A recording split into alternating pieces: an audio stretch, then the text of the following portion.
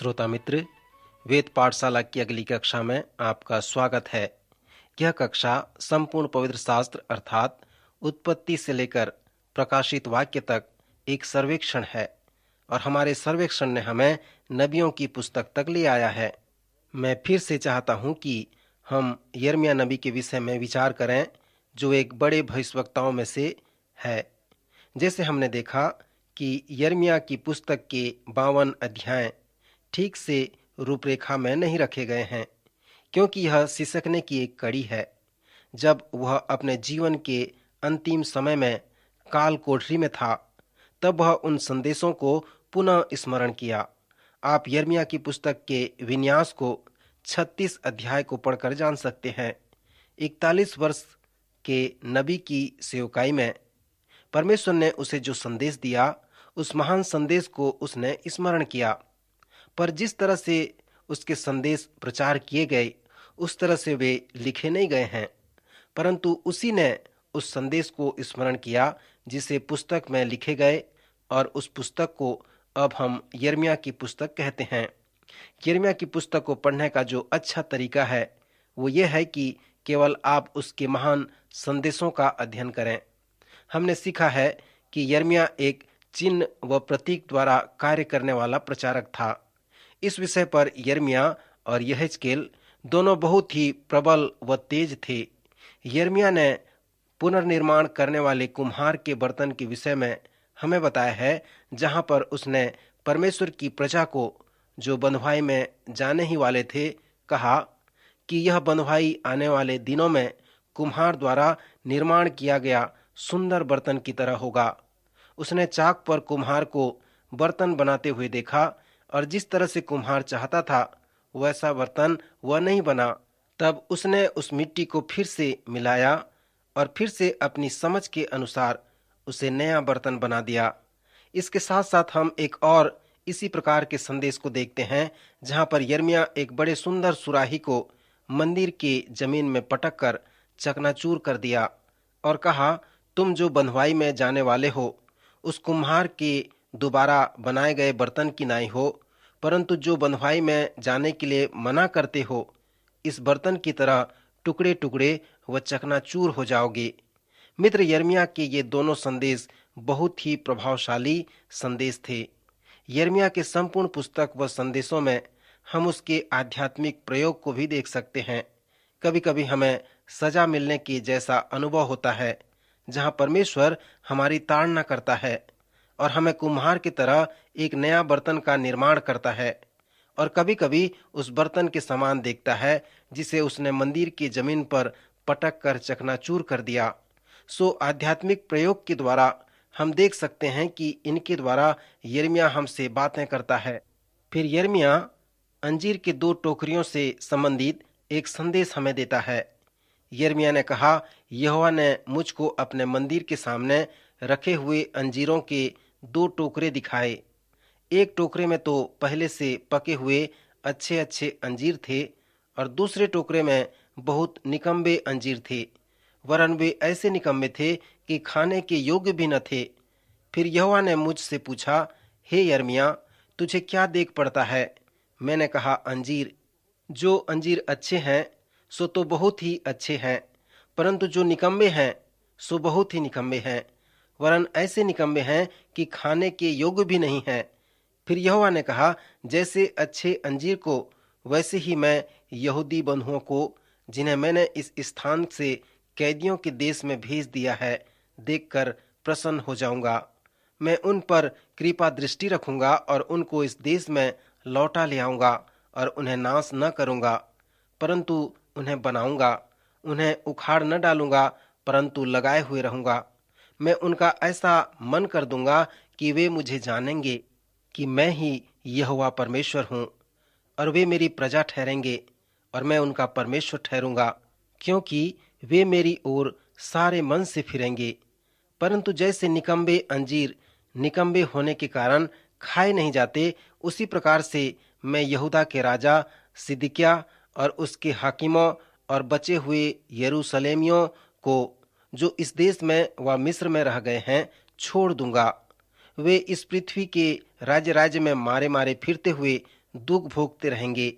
मैं उनमें तलवार चलाऊंगा और उन्हें महंगी और उनके सामने मरी फैलाऊंगा, और अंत में इस देश में से जिसे मैंने उनके पुरखाओं को और उनको दिया, वे वहां पर मिटाए जाएंगे। मित्र, यही है वो संदेश जिसे यिर्मयाह ने नियमित प्रचार किया करता था। यरूशलेम शहर का जैसा पतन हुआ तो वहां पर दो प्रकार के लोग थे जिन्होंने इस बात का अनुभव किया कि बाबुल की बंधुआई परमेश्वर की ओर से ताड़ना है। वे बाबुल में गए और परमेश्वर की आज्ञा को माना और पश्चाताप किया। पर जिन्होंने सिदकिय्याह को पसंद किया, परमेश्वर की इच्छा को नहीं जाना, यिर्मयाह के प्रचार को अस्वीकार किया और बाबुल के विरोध में विद्रोह किया, उनका अंत उस चकनाचूर हुए बर्तन के समान और उस निकम्बे अंजीर के समान होगा। श्रोता मित्र, यिर्मयाह के और भी अनेक संदेश हैं जिन्हें हम विस्तार पूर्वक देख सकते हैं। उनके कुछ संदेश हैं जो मानववाद के विरोध में हैं, कुछ सैद्धांतिक और विचारधारा पूर्वक हैं जो हमारे दिनों के लिए बहुत ही ठोस हैं, जिन्हें हम सोचते हैं कि यह हाल ही का बात है, परंतु कभी कभी वे नए भी होते हैं। मानववाद कहता है कि तुम अपने आप की अगुवाई कर सकते हो। मनुष्य के पास ये निश्चयता है कि वो स्वयं कुछ कर सकता है, परंतु जब हम मूसा के जैसे व्यक्ति के जीवन के विषय में अध्ययन करते हैं तो हम उल्टा देखते हैं। वो कहता है, मैं नहीं पर वो है और वो मेरे साथ है। मैं नहीं कर सकता परंतु वो कर सकता है क्योंकि वो मेरे साथ है। 10वें अध्याय के 23वें आयत में यिर्मयाह कहता है, हे यहोवा, मैं जान गया हूं कि मनुष्य का मार्ग उसके वश में नहीं है। मनुष्य चलता तो है परंतु उसके डग उसके अधीन नहीं है। फिर आप इस पद पर ध्यान करें जो 17वें अध्याय में लिखा हुआ है। यहोवा यूं कहता है, श्रापित है वह पुरुष जो मनुष्य पर भरोसा रखता है और उसका सहारा लेता है, जिसका मन यहोवा से भटक जाता है। वह निर्जल देश में अधमूए पेड़ के समान होगा और कभी भलाई न देखेगा। वह निर्जल और निर्जन तथा लोनछाई भूमि पर बसेगा। फिर वह उस सच्चाई का सकारात्मक कथन प्रस्तुत करते हुए कहता है, धन्य है वह पुरुष जो यहोवा पर भरोसा रखता है, जिसने परमेश्वर को अपना आधार माना हो। मित्र, यह वचन मानववाद के दार्शनिक बातों से अलग है। अनेक लोग विश्वास करते हैं कि उन्हें चरवाहे की आवश्यकता नहीं है। वे भेड़ नहीं बनना चाहते। वे सोचते हैं कि उनके पास ऐसा कोई समस्या नहीं है जिससे वे हल न कर सकें। वे मनुष्य पर भरोसा रखते हैं। वे उनका सहारा लेते हैं। वे मनुष्य की बुद्धि व ज्ञान पर भरोसा रखकर कहते हैं कि वे उनके द्वारा सब समस्या का हल कर सकते हैं, परंतु पवित्र शास्त्र इसे नहीं में उत्तर देता है। वो कहता है, तुम्हें एक चरवाहे की आवश्यकता है। तुम्हें परमेश्वर से प्रकाशन की आवश्यकता है और उसे मानने के लिए तुम्हें परमेश्वर से सामर्थ्य की आवश्यकता है। सो सभी भविष्यवक्ताओं का दार्शनिक बात व शिक्षा इसी प्रकार का है। जैसे मैंने कहा था कि यिर्मयाह का हृदय टूट गया था। अध्याय 8 में वो रोने लगता है। वो कहता है, हाय हाय, इस शोक की दशा में मुझे शांति कहाँ से मिलेगी। मेरा हृदय भीतर ही भीतर तड़पता है। मुझे मेरे लोगों की चिल्लाहट दूर के देश से सुनाई देती है। क्या यहोवा सिय्योन में नहीं है? क्या उसका राजा उसमें नहीं है? कटनी का समय बीत गया, फल तोड़ने की ऋतु समाप्त हो गई और हमारा उद्धार नहीं हुआ। अपने लोगों के दुख से मैं भी दुखित हुआ। मैं शोक का पहरावा पहने हुए अति अचंभे में डूबा हुआ हूँ। क्या गिलाद देश में कुछ बलसान की औषधि नहीं? क्या उसमें कोई वैद्य नहीं? यदि हैं तो मेरे लोगों के घाव क्यों चंगे नहीं हुए? क्यों कर परमेश्वर कुछ नहीं कर सकता? क्यों वह सहायता नहीं करता? वो अपने लोगों के लिए रोता है, विलाप करता है, इसलिए वह विलाप करने वाला नबी कहलाया। लोग जो विद्रोही हो गए थे, उनके पापों के कारण उन पर जो विपत्ति आया था, यिर्मयाह उससे मुक्त होना चाहता था। 4 अध्याय में उसने उस महान संदेश को अभिव्यक्त किया है, अर्थात, हे यहूदा के लोगों और यरूशलेम के निवासियों, अपनी पड़ती भूमि को जोतो और कटीले झाड़ों में बीज मत बो। यहोवा के लिए अपना खतना करो हाँ, अपने मन का खतना करो, नहीं तो तुम्हारे बुरे कामों के कारण मेरा क्रोध आग की सी नाई भड़केगा और ऐसा होगा कि कोई उसे बुझा न सकेगा। यिर्मयाह का यह सुंदर संदेश प्रभु यीशु के संदेश से कुछ मिलता है, जो सुसमाचार में पाया जाता है, जिसे हम बीज बोने वाला दृष्टांत कहते हैं। प्रभु यीशु ने कहा, जिस प्रकार एक किसान खेत में बीज बोता है, उसी प्रकार परमेश्वर का वचन प्रचार किया जाएगा। बीज अलग भूमि में गिरा। 4 प्रकार के भूमि के लिए परमेश्वर के वचन में अलग अलग प्रकार के प्रत्युत्तर प्रस्तुत किए गए हैं। प्रथम प्रकार का भूमि जो मार्ग के किनारे बोया गया, उसे दुष्ट आकर छीन ले जाते, अर्थात आकाश के पक्षी उस बीज को उठा ले जाते हैं। सो जो कोई राज्य का वचन सुनकर नहीं समझता, उसके मन में जो कुछ बोया गया, उसे आकर वह दुष्ट छीन ले जाता है। दूसरे प्रकार का भूमि है पथरीली भूमि, जिस पर बीज बोया गया। यह वह है जो वचन सुनकर तुरंत आनंद के साथ मान लेता है, पर अपने मन में जड़ न रखने के कारण वह थोड़े ही दिन का है, और जब वह वचन के कारण क्लेश या उपद्रव होता है, तो वह तुरंत ठोकर खाता है। तीसरे प्रकार की भूमि वो है कि कुछ बीज झाड़ियों में गिरे और झाड़ियों ने बढ़कर उन्हें दबा डाला, अर्थात यह वह है जो वचन को सुनता है, इस पर संसार की चिंता और धन का धोखा वचन को दबाता है और वह फल नहीं लाता। फिर प्रभु यीशु ने चौथे प्रकार की भूमि के विषय में बताया, जो अच्छी भूमि है, और जो बीज अच्छी भूमि में गिरे वे फल लाए, कोई 100 गुना, कोई 60 गुना, कोई 30 गुना। सो यिर्मयाह ने भी अपने चौथे अध्याय में ऐसा ही उदाहरण यहूदा और यरूशलेम के लोगों को कह सुनाया कि अपनी पड़ती भूमि को जोतो और कटीले झाड़ों में बीज मत बोओ। यहोवा के लिए अपना खतना करो, अपने मन का खतना करो और इस तरह से तैयार रहो, क्योंकि अब तुम ऐसे स्थान में आ रहे हो जहां पर तुम परमेश्वर के वचन को तैयार होकर सुनोगे। श्रोता मित्र, यहाँ पर जो महत्वपूर्ण बात है कि क्या आप विश्वास करते हैं और कैसे उस पर चलते हैं, ये महत्वपूर्ण बात है। क्या आपका मन, आपका हृदय तैयार है कि आप उसमें परमेश्वर के वचन को ग्रहण कर सको? परमेश्वर चाहता है कि आपके साथ उसका संबंध हो और आपका संबंध उसके साथ बना रहे। यिर्मयाह ने जितने लोगों को प्रचार किया, उन सब का हृदय टूटा हुआ था, और यिर्मयाह न केवल टूटे हुए मन के लोगों को प्रचार किया, परंतु वह स्वयं टूटे हुए मन के साथ प्रचार किया। यिर्मयाह ने 7वें अध्याय के पद 8 से 11 में इस प्रकार प्रचार किया कि देखो, तुम झूठी बात पर भरोसा रखते हो, जिससे कुछ लाभ नहीं हो सकता।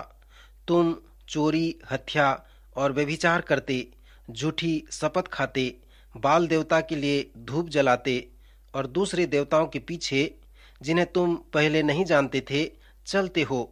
तो क्या यह उचित है कि तुम इस भवन में आओ जो मेरा कहलाता है, और मेरे सामने खड़े होकर यह कहो कि हम इसलिए छूट गए हैं कि ये सब घृणित काम करें?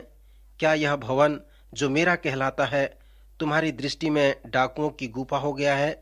मैंने स्वयं यह देखा है, यहोवा की यही वाणी है। यिर्मयाह के प्रचार में ये सब जो प्रेरित हुआ है, उसे हमें प्रभु यीशु मसीह के संदेशों को प्रचार करने के लिए विवश करता है। जब प्रभु यीशु लादू के बच्चे पर सवार होकर यरूशलेम में प्रवेश किया और मंदिर को साफ किया, तो आप स्मरण करते हैं कि प्रभु यीशु उन लोगों से जो लेन देन कर रहे थे, क्या कहा? उसने कहा, लिखा है कि मेरा घर प्रार्थना का घर कहलाएगा, परंतु तुम उसे डाकुओं की खो बनाते हो। जब प्रभु यीशु ये वचन कहे, तो उन्होंने यिर्मयाह के वचन से इस वचन को लागू किया। नए नियम में भी भविष्यवक्ताओं के विषय में वर्णन पाया जाता है। जब आप पौलुस प्रेरित की पत्रियों और अन्य पत्रियों को पढ़ते हैं, तो आप आश्चर्य करेंगे कि क्या नए नियम के लेखकों के पास प्रारंभिक प्रकाशन था, क्योंकि उन्होंने पुराने नियम के अनेक वचनों को उद्धृत किया है। उन्होंने विशेष रूप से यशाया व यिर्मयाह के संदेशों को उद्धृत किया है। जब लोग परमेश्वर के वचन को सुनते थे, ग्रहण करते थे, पर उसके अनुसार नहीं चलते थे, तो उसने परमेश्वर के लिए लोगों से कहा, मेरी आज्ञाओं को मानो तो मैं तुम्हारा परमेश्वर होऊंगा और तुम मेरी प्रजा कहलाओगे। यह वचन भी नए नियम में उद्धृत किया गया है। अनेक लोग कहते थे कि हम परमेश्वर की प्रजा हैं, परंतु पुराने नियम के नबियों ने कहा, जब तुम परमेश्वर की प्रजा की तरह जीवन व्यतीत करोगे तभी तुम परमेश्वर की प्रजा कहलाओगे। नबियों के अनुसार हमें चाहिए कि हम सांसारिकता से बाहर आएं, संसार से अपने आप को अलग करें और अशुद्ध वस्तुओं को न छुएं। तब परमेश्वर हमारा पिता होगा और हम उसकी प्रजा होंगे। सो यही बात यिर्मयाह और नबियों के द्वारा प्रचार किया गया। श्रोता मित्र, यिर्मयाह की पुस्तक के सर्वेक्षण में हमें कुछ अच्छे संदेशों की रूपरेखा को देखने को मिलता है, जो एक अच्छा तरीका था। अब मैं चाहता हूं कि हम यिर्मयाह के कुछ और संदेशों का सर्वेक्षण करें, जिसमें उसने अपने बोझ को अभिव्यक्त किया है। यिर्मयाह ने व्यंग्यात्मक और परिहास के तौर पर अपने प्रचार में अभिव्यक्त किया है। अध्याय 23 में जो संदेश पाया जाता है, आप उसे सुने। यदि साधारण लोग में से कोई जन व कोई भविष्यवक्ता व याजक तुमसे पूछे कि यहोवा ने क्या प्रभावशाली वचन कहा है, तो उससे कहना, क्या प्रभावशाली वचन, यहोवा की यही वाणी है, मैं तुमको त्याग दूंगा। और जो भविष्यवक्ता व याजक व साधारण मनुष्य यहोवा का कहा हुआ भारी वचन ऐसा कहता रहे, उसके घराने समेत मैं उसे दंड दूंगा। तुम लोग एक दूसरे से और अपने अपने भाई से यों पूछना, यहोवा ने क्या उत्तर दिया, व यहोवा ने क्या कहा है, यहोवा का कहा हुआ भारी वचन। इस प्रकार तुम भविष्य में न कहना, नहीं तो तुम्हारा ऐसा ही कहना ही दंड का कारण बन जाएगा। क्योंकि हमारा परमेश्वर सेनाओं का यहोवा जो जीवित परमेश्वर है, तुम लोगों ने उसके वचन को बिगाड़ दिया है। तू भविष्यवक्ता से यह पूछ कि यहोवा ने तुझे क्या उत्तर दिया व यहोवा ने क्या कहा है। यदि तुम यहोवा का कहा हुआ प्रभावशाली वचन इसी प्रकार कहोगे, तो यहोवा का यह वचन सुनो, मैंने तुम्हें तुम्हारे पास कहला भेजा है। भविष्य में ऐसा न कहना कि यहोवा का कहा हुआ प्रभावशाली वचन, परंतु तुम यह कहते ही रहते हो कि यहोवा का प्रभावशाली वचन। इस कारण देखो, मैं तुमको बिल्कुल भूल जाऊंगा और तुमको और इस नगर को जिसमें मैंने तुम्हारे पुरखाओं को और तुमको भी दिया है, त्याग कर अपने सामने से दूर कर दूंगा। और ऐसा करूंगा कि तुम्हारी नाम धराई और अनादर सदा बना रहेगा और कभी भूला न जाएगा। लोगों ने यिर्मयाह का मजाक उड़ाया, क्योंकि उसने कभी भी अच्छा समाचार उन्हें नहीं सुनाया। उसके संदेशों को जैसे हमने देखा था कि उसमें संकट, विपत्ति के विषय में उसने कहा था, क्योंकि विपत्ति उन पर आने वाला था। यिर्मयाह की पुस्तक आज हमारे पास इसलिए है और इसलिए हम उसके उपदेशों का आदर करते हैं, क्योंकि जो कुछ भी उसने कहा वो सब सत्य था। उसने सर्वनाश, दंड व उदासी के साथ साथ आशा के विषय में भी प्रचार किया था।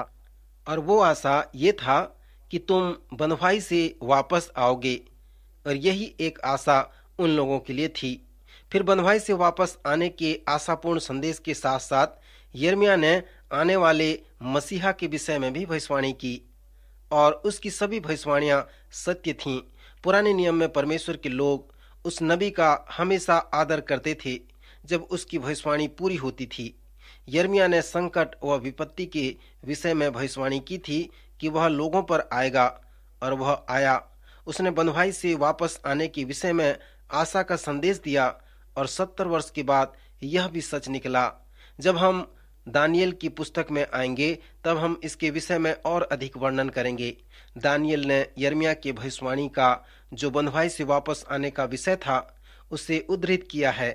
दानियेल का 70 सप्ताह का भविष्यवाणी और उनके 70 वर्ष के बाद बंधुआई से वापस आना, जो एक महान मसीहा के आने के विषय में भविष्यवाणी है, पवित्र शास्त्र में पाया जाता है। यिर्मयाह परमेश्वर का नबी था, इसलिए उसके सभी भविष्यवाणी सच ठहरे। उसका संदेश बहुत ही भावात्मक संदेश था। उसने कहा, हाय हाय, मेरा हृदय भीतर ही भीतर तड़पता है और मेरा मन घबराता है। मैं चुप नहीं रह सकता, क्योंकि हे मेरे प्राण, नरसिंगे का शब्द और युद्ध की ललकार तुझ पर पहुंची है। नाश पर नाश का समाचार आ रहा है। सारे देश लूट लिए गए हैं। मेरे डेरे अचानक और मेरे तंबू एकाएक लूटे गए हैं, और कितने दिन तक मुझे उनका झंडा देखना और नरसिंगों का शब्द सुनना पड़ेगा। प्रिय श्रोता मित्र, आप यहाँ पर देखें कि उसके भविष्यवाणी का प्रकाशन बाबुल के विजय पर था। उसने बाबुल की सेना के नरसिंगे का शब्द सुना है और साथ ही साथ यहूदा के लोगों का चीखना भी सुना है। उसने उस घटना के दुखों को अनुभव कर लिया है। इसलिए वो प्रश्न पूछता है कि और कितने दिन तक यह होता रहेगा।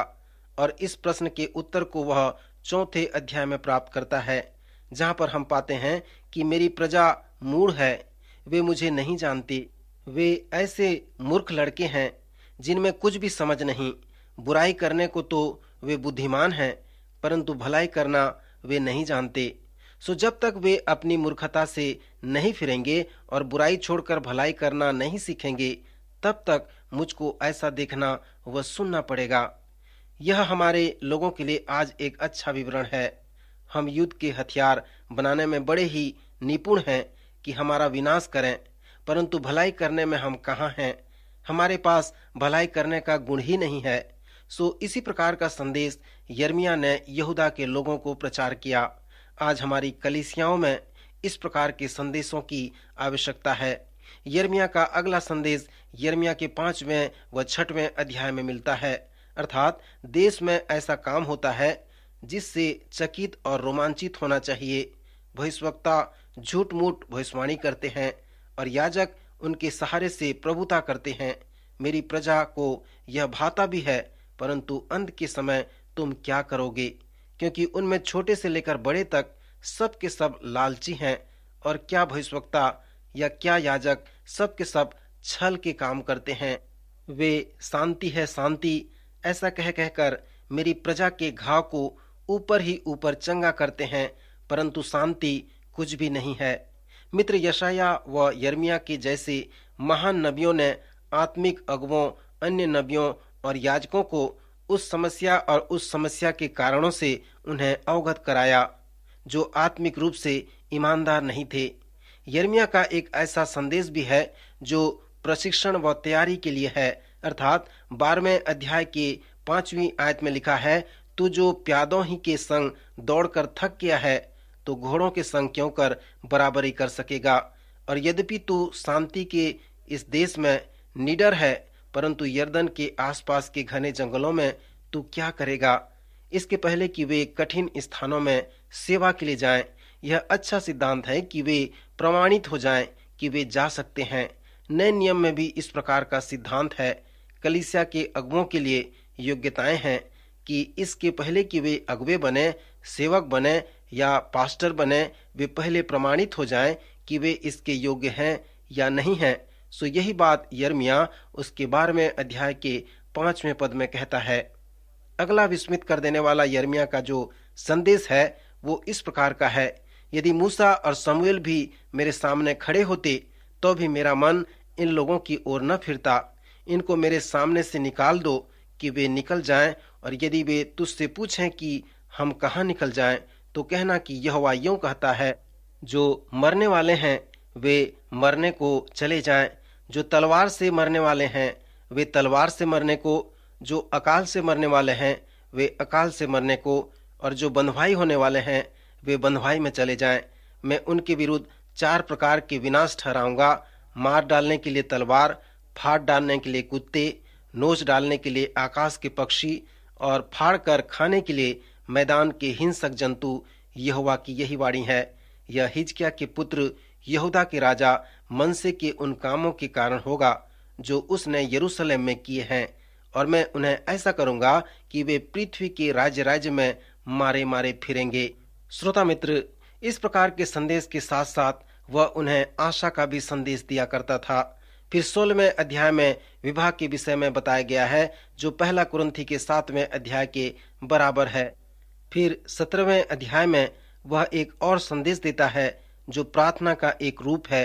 वो कहता है, हे यहोवा, मुझे चंगा कर, तब मैं चंगा हो जाऊंगा, मुझे बचा, तब मैं बच जाऊंगा, क्योंकि मैं तेरी स्तुति करता हूँ। सो इसका मतलब यह है कि वह जब तक यहोवा हमें नहीं बचाएगा, हमारा उद्धार नहीं करेगा, तब तक हमारा उद्धार नहीं हो सकता। प्रभु इन वचनों द्वारा आपको आशीष दे।